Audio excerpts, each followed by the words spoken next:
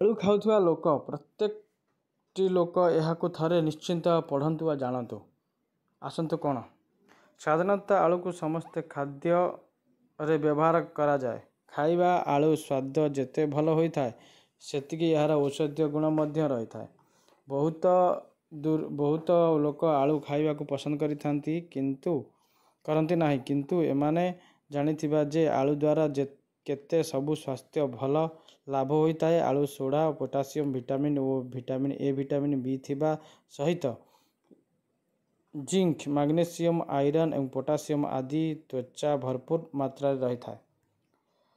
यह आम चेहरार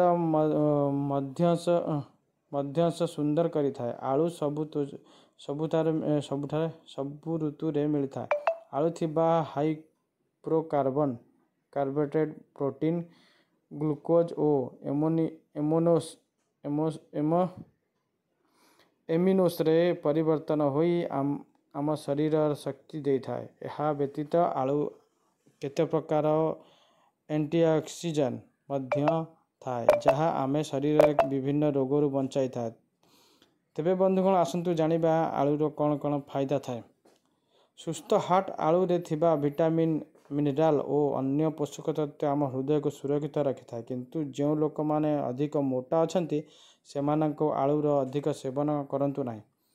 2 मस्तिष्क विकास सहायक मस्तिष्कर विकास पाई शरीर glucose oxygen vitamin B amino acid और हार्मोन आदिर बहुत आवश्यकता रही। यही सब पोषक तत्व आलू रे मिलता है। से आलू आम पाई मस्तिष्क विकास पाई भी बहुत लाभदायक होता है। 3 रे बात रोगर मुक्ति आलू थिबा विटामिन कैल्शियम और मैग्नेशियम बात रोगर रोकिबा पाई बहुत सहायक होता है। सीझा आलू को पानी पीले बात रोग मुक्ति मिलता है। 4 कोलेस्ट्रॉल को भी कम करे। आलू कोलेस्ट्रॉल को कम करता है जहाँ फल आम हार्ट सुस्थ रहता है। कोलेस्ट्रॉल को रोकिया पाई आलूर सेवन बहुत लाभदायक होता है। 5 जो रक्तचाप ठीक रखे। रक्तचाप ठीक रखिया पाई आलू बहुत लाभदायक होता है। आलूर पोटासियम मिलता है जहाँ रक्तचाप नियंत्रण करिवारे सहायक होता है। 6 हाथ मजबूत रखी था।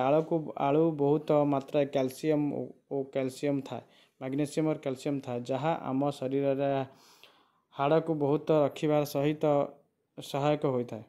7 कैंसर रक्षा करे। आलू विटामिन सी रो स्रोत अटे जहाँ एंटीजेंट परी काम करिथा।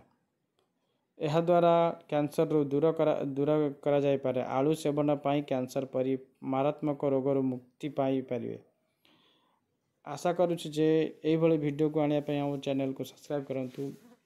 वीडियो को लाइक शेयर सब्सक्राइब करंतु। प्लीज मते सपोर्ट करंतु। धन्यवाद।